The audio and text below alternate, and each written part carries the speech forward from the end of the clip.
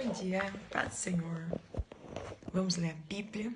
Hoje nós vamos terminar o livro de Esther. Nós vamos ler o 8, o 9 e o 10, porque o 10 é muito pequenininho. Então nós vamos terminar hoje. Eu nem tô até feliz. Nós vamos terminar hoje e amanhã a gente já começa os livros dos profetas. E reta final. Glória, glória, glória a Deus. Você já deu glória a Deus hoje? Te amo, Jesus. Vamos ler capítulo 8, um decreto em favor dos judeus. Naquele mesmo dia, o rei Xerxes entregou à rainha Esther os bens de Amã, inimigo dos judeus. Então Mardoqueu foi trazido à presença do rei, pois Esther havia contado ao rei que ele era seu parente. O rei tirou do dedo o anel com o selo real, que ele havia tomado de volta de Amã, e o entregou a Mardoqueu. Assim Esther o nomeou administrador dos bens de Amã. Olha, que virada de cativeiro.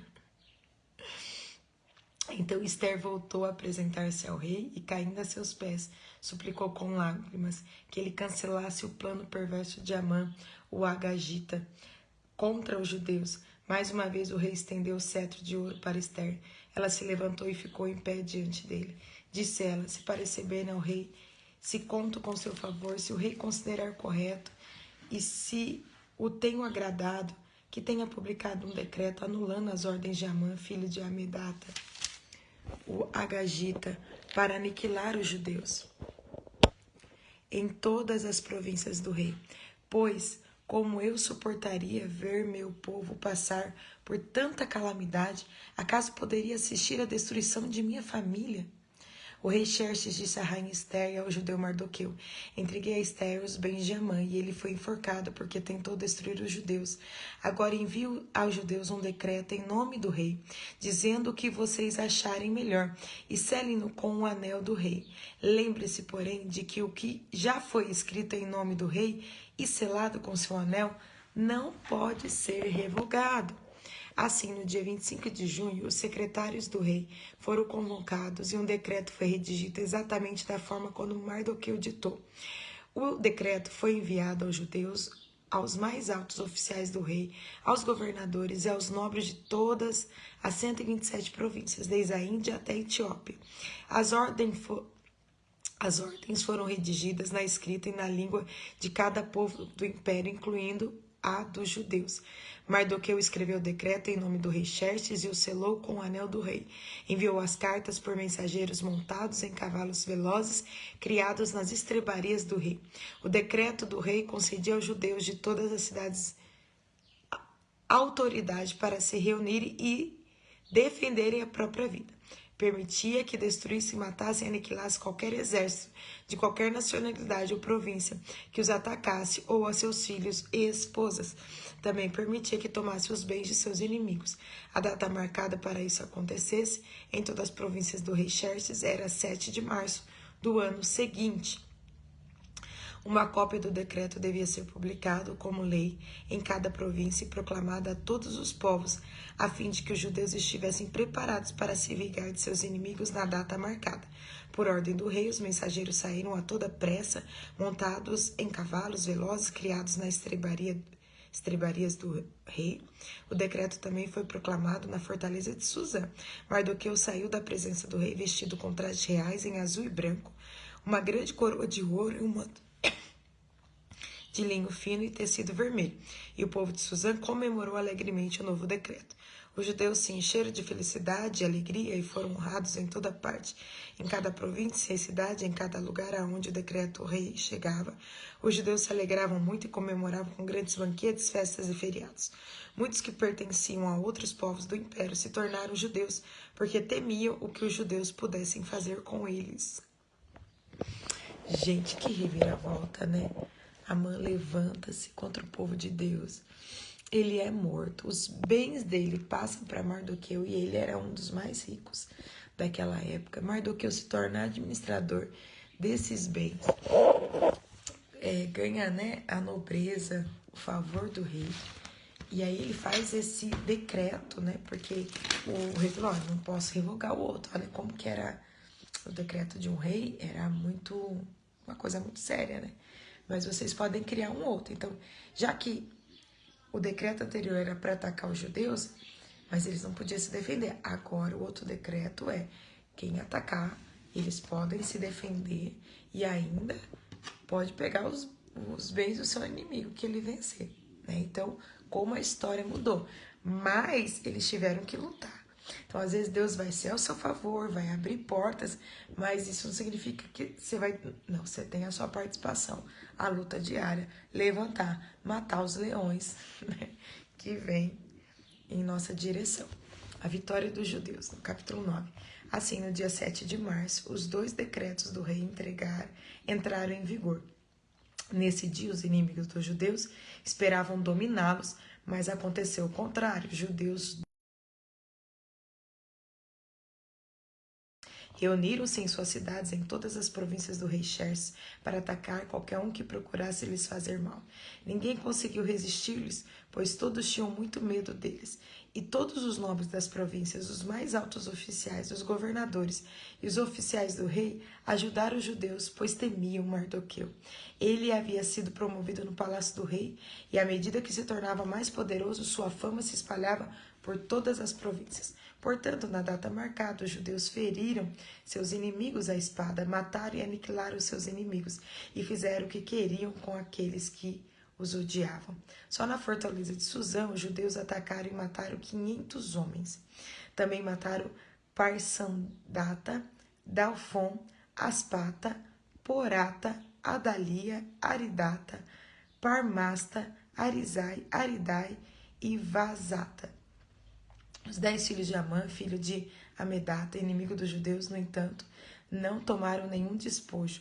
Naquele mesmo dia, quando o rei foi informado do número de pessoas mortas na fortaleza de Suzã, mandou chamar a rainha Esther e disse: só na fortaleza de Suzã os judeus mataram 500 homens, além dos filhos de Amã. Se fizeram isso, o que terão feito nas províncias? E agora, o que mais deseja? Seu pedido será atendido. Diga-me o que será feito. Olha o favor, né, do rei. Esther respondeu: se parecer bem ao rei, dê permissão aos judeus de Suzã para que façam novamente amanhã o mesmo que fizeram hoje, e que os corpos dos 10 filhos de Amã sejam pendurados na forca. O rei concordou e publicou o decreto em Suzã, e os corpos dos 10 filhos de Amã foram pendurados na forca. Então, no dia 8 de março, os judeus de Suzã se reuniram e mataram 300 homens, mais uma vez, porém não tomaram nenhum despojo. Enquanto isso, os outros judeus em todas as províncias do rei haviam se reunido para defender a própria vida. Livraram-se de seus inimigos ao matar 75.000 dos que odiavam os judeus. No entanto, não tomaram nenhum despojo. Isso foi feito em todas as províncias no dia 7 de março e no dia 8 descansaram e comemoraram sua vitória em um dia de festa e alegria. Os judeus de Suzã mataram seus inimigos no dia 7 e 8 de março e descansaram no dia 9, fazendo dele um dia de festa e alegria.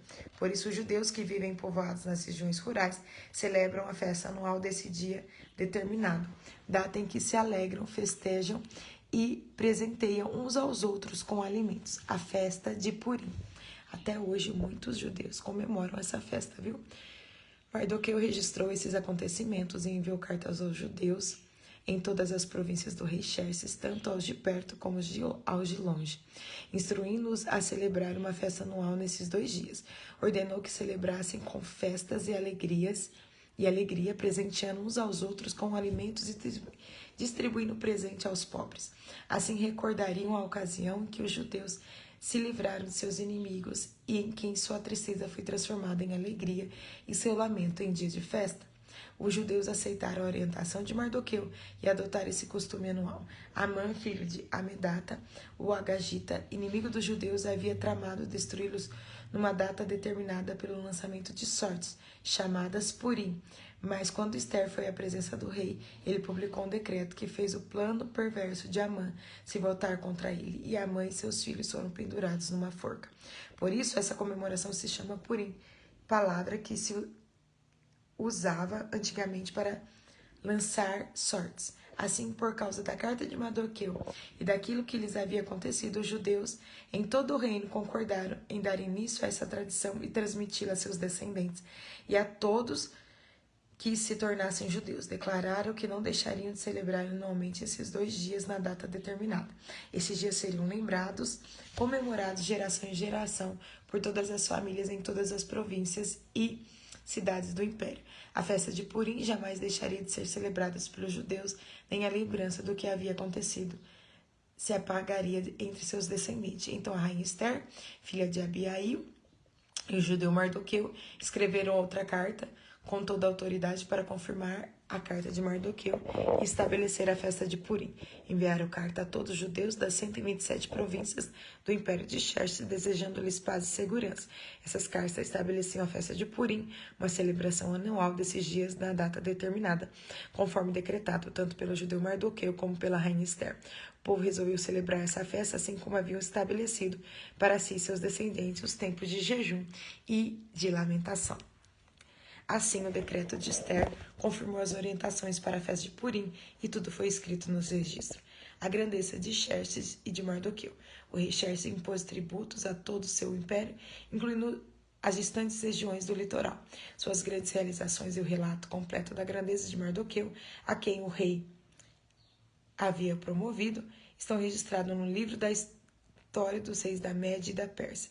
O judeu Mardoqueu ocupou o cargo mais alto do reino, abaixo apenas do rei Xerxes. Era muito importante entre os judeus que o tinham em alta consideração, pois ele continuou a trabalhar para o bem de seu povo e a buscar o bem-estar de todos os seus descendentes. Que lindo, né? Deus levantou uma liderança através de Mardoqueu.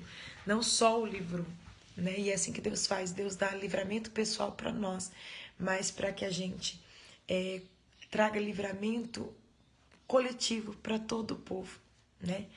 E até hoje eles comemoram essa data, os judeus, e percebam quantas vezes povos se levantaram para destruir o povo judeu. Quantas vezes, né? Desde lá, né? Faraó, e até mesmo antes, né? No povo de Abraão, mas assim, Faraó foi uma liderança, vamos dizer, né? Depois, várias vezes, vários povos se levantaram, o povo guerreou. Agora, né, o povo, quando estava exilado, depois a gente pensa Hitler. E hoje em dia, olha como o semitismo tem se levantado, né, e por isso a gente tem que se levantar contra o antissemitismo. Por quê? A gente é o povo de Deus e você pode ver onde eles vão, né? As pessoas se levantam contra o povo de Deus, não é à toa. Mas em nome de Jesus, hoje, né? Israel está em guerra hoje, né? Mas que a gente possa, em nome de Jesus, pedir ao Senhor que dê livramento ao seu povo. Ore por Israel, né? Seja amigo da nação de Israel, né? Aqui está a estrela de Davi, as cores da bandeira, né? Eu amo Israel, pretendo ir lá um dia. Abba, Pai, nós te agradecemos, o Senhor é bom e nós queremos pedir que o Senhor estenda suas mãos, Senhor, sobre Israel, tenha misericórdia de Israel, Senhor, dê livramento ao seu povo que há tantos anos, né, há milênios, sofre, Senhor, perseguição, mas nós cremos que assim como o Senhor livrou o povo na época de Mardoqueu, honrou Mardoqueu e aquele povo teve livramento, nós cremos que o Senhor fará o mesmo pelo seu povo, porque é a sua promessa. Deus nos abençoe nesse dia, nos guarde. Nós entregamos tudo diante do seu altar, pois teu é o reino, o poder e a glória para sempre. Amém? Deus abençoe você e sua casa, que tudo estiver bem. E até amanhã.